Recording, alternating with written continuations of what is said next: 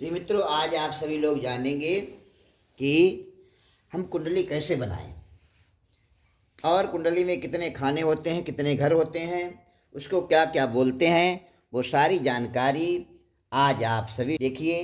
जन्म कुंडली, जन्म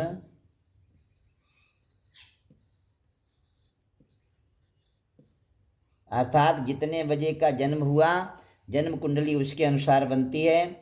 तो ऐसे आपने एक लाइन खींच दी, उसके बाद में ऐसे एक चौखटा बना दिया, ये आपका आ गया पूरा। अब इसमें एक कोने से रेखा ले जा करके इसमें मिला दिए, यहाँ से ले जा करके, और इसको आप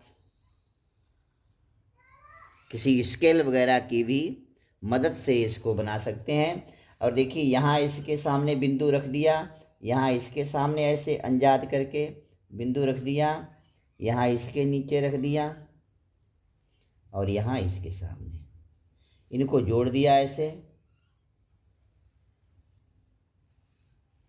और इसको यहाँ ऐसे जोड़ दिया, इसको यहाँ ऐसे जोड़ दिया, और इसको यहाँ ला करके इसमें जोड़ दिया। ये आपकी कुंडली बन गई। अब कुंडली में चाहे जो भी स्थान जहाँ से भी शुरू हो, लेकिन यहाँ इसको एक बोलते हैं। 1 2 3 4 5 6 7 8 9 10 11, ये 12 खाने आपके तैयार हो गए।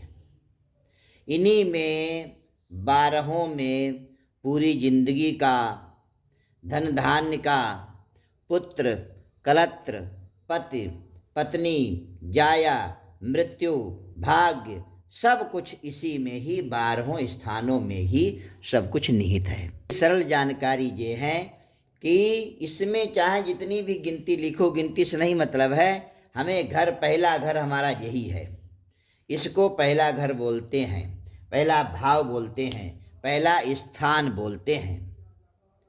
ठीक है, इसको हो गया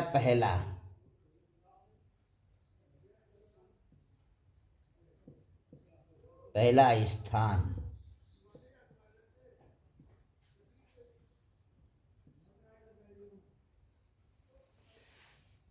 पहले स्थान में एक, अब इसको बोलते दूसरा, द्वितीय, दूसरा स्थान।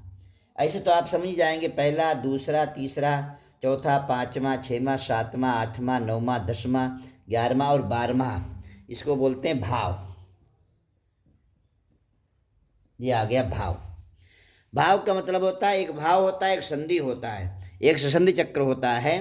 तो पहले आप देखेंगे कि पहला ये भाव आ गया, पहला भाव, द्वितीय भाव, तृतीय भाव, ये आपको समझ में आ गए, 12 भाव हो गए। अब इनसे क्या क्या आपने सीखना है वो आप ध्यान दीजिए। नंबर 1, जो पहला भाव है वो तन,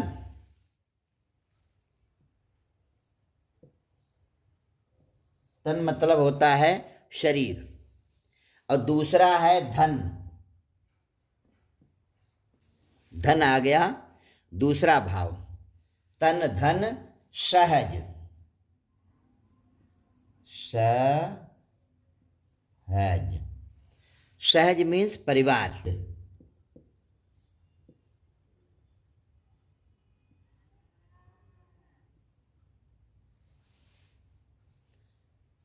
और 5वां हो गया पुत्र।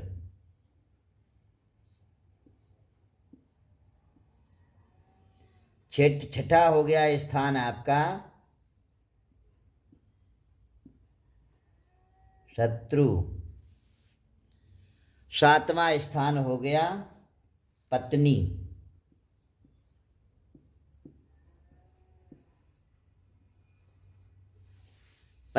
पत्नी मतलब पति पत्नी।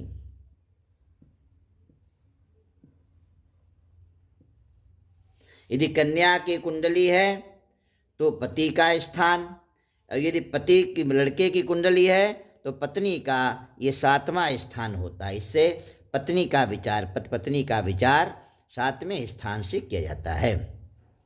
8वां स्थान मृत्यु।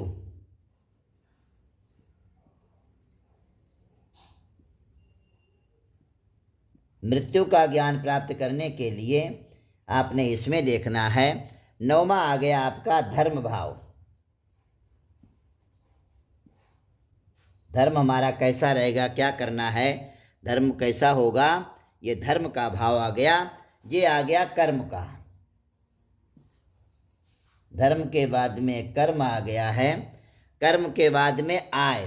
हमारी आय कैसी रहेगी, जीवन में आय का क्या स्रोत होगा और किससे हमने आय प्राप्त करनी है, धन धान्य की प्राप्ति किससे होगी, वो सब इससे प्राप्त जानकारी की जाती है। 12वां स्थान हो गया व्यय। व्यय मतलब होता है खर्च।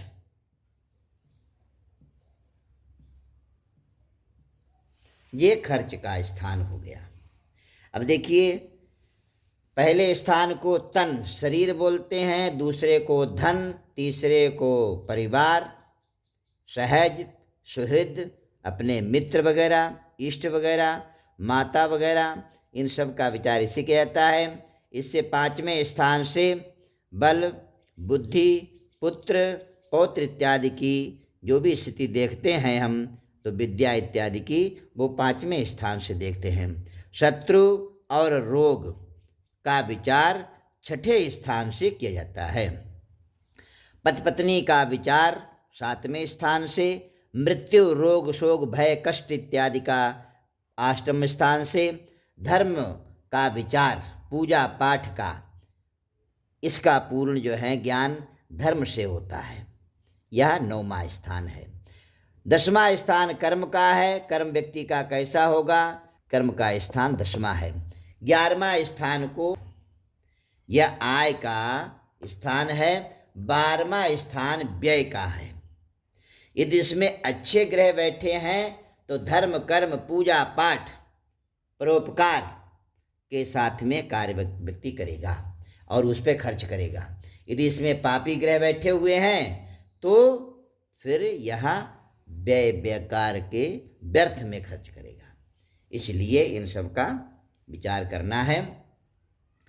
अब हमने सबसे पहले इन सब को जानने के बाद में कौन सा स्वामी किस स्थान में ऊंच का है या नीच का है, वो हमने सबसे पहले पता करना है। तो उसकी जानकारी के लिए आप सभी लोगों के लिए बता दें कि राशियां आपको बता दी कि मेष, वृष, मिथुन, कर्क, सिंह, कन्या, तुला इत्यादि राशियां हैं।